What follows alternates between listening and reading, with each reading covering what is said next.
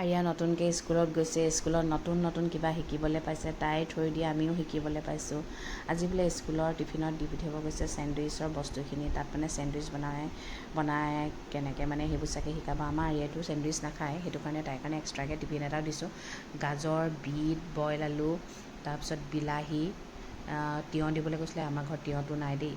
তাৰপিছত bread 2 piece, সৰু butter এটা, এইখিনি ধুনীয়াকৈ পেক কৰি মেলি মই ৰাতিপুৱা টিফিন ৰেডি কৰি দিছোঁ। ছোৱালী স্কুললৈ যাব আৰু মুঠতে খাওক নাখাওক স্কুলত খা বুলি ক'লে এটলিষ্ট খাব ন।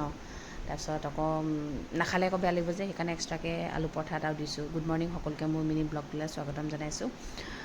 আমাৰ আকৌ কি জানে, খিৰিকীখন যদি খুলি নিদিওঁ দেউতাক আৰু আৰিয়াই ভাবে ৰাতিয়ে হৈ আছে, সেইকাৰণে দেখুৱাই দিছোঁ চাওক ৰাতি হৈ আছে বুলি। দুইটা পূৰা শুই আছে।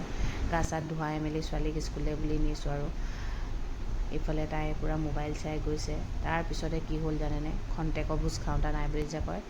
স্কুলৰ পৰা আহি মই গা চা ধুই আকৌ গা ধুইছোঁ দেই, চাকি জ্বলাই আছোঁ। গোঁসাই ঘৰত থাকোঁতে ৰিংকুৱে গৈ ক'লেগৈ স্কুলৰ পৰা ফোন আহিছে, আৰিয়া গা বেয়া, আনিব যাব লাগে। 9:18 চাৰে 8টাত থৈ আহিছোঁ, 9:18 ফোন কৰিছে। কেনেকুৱা কথা, ডাব ডুব ওলাইছোঁ আৰু মানে তাইক আনিবলৈ। তাৰপিছত এয়া তাই এতিয়া ঠিকে আছে, কৈছে জ্বৰ উঠিলে 95.5 হৈছে আৰু মূৰটো বিষাইছে বুলি ক'লে। এইফালে ঘৰলৈ আহি আকৌ জ্বৰটো চেক কৰি লৈছোঁ, 101 ডিগ্ৰী হ'লগৈ। এতিয়ালৈকে ঠিকে আছে। তাৰপিছত তাই ক'লে ভোক লাগিছে, সেইকাৰণে আলু পৰঠা আৰু প্ৰ'টিন পাউডাৰ অকণমান খোৱালোঁ। সেইখিনি খোৱাৰ পিছত এতিয়া বমি কৰি দিলে নহয়, আকৌ পূৰা ভকভককৈ বমি কৰিছে। মানে মায়ে আগতে কৈছিলে, ল'ৰা ছোৱালীয়ে হাঁহিলে মাকে হাঁহিবলৈ পায়, ল'ৰা ছোৱালীয়ে কান্দিলে মাকে কান্দিবলৈ পায়।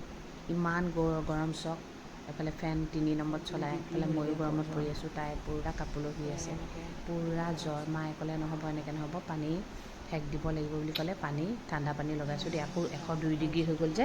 তাৰপিছত কি হ'ল মানে, গুৱাহাটীৰ ডক্টৰজনক ফোন কৰা হ'ল, তেওঁ 5টালৈকে থাকিম বুলি ক'লে। কিন্তু যিটো গৰম পৰিছে গুৱাহাটীলৈ জানো নিব পাৰিম। ডক্টৰজনে ইয়াতে এজন ডক্টৰ উলিয়ালে, দৰিকাত ভাল ডক্টৰ এজন বহে বোলে, 4.9 ৰেটিং হয়। ইয়াত চাওকচোন ছোৱালী, উৎপাত কৰি থকা ছোৱালীজনী এনেকৈ পৰি আছে। মানে দিনটোত যি খুৱাইছোঁ বমি কৰি উলিয়াই দিছে। মুড়ি আৰু গাখীৰ খাম বুলি ক'লে, আকৌ সেইখিনি উলিয়াই দিলে। তাৰপিছত এতিয়া আমি 3:30 বজাত দৰিকালে বুলি ওলালোঁ। 4টা বজাৰ পৰা বোলে ডক্টৰ বহে। ইমানেই গাটো গৰম, মানে মোৰ নিজৰে গা গৰম হৈ গৈছে। এফালে মায়ে কান্দিছে, শাহুমাৰ কথা কৈছোঁ। আৰিয়া কিবা এটা হ'লে আকৌ মা মানে বৰ চিন্তা হৈ যায় যে। আমিতো আছোঁৱে বাৰু, আমি বেছি উইক হৈ দেখালে মাটো আৰু বেছি ভয় কৰিব ন। এইফালে গ'লোঁ আৰু গৈ মেলি ৰখি আছোঁ। ডক্টৰজন 4:30লৈকে অহাই নাই, 5টামান বজাতহে আহিছেগৈ। ইফালে চাওক নতুন বেবী এটাও জন্ম হৈছে।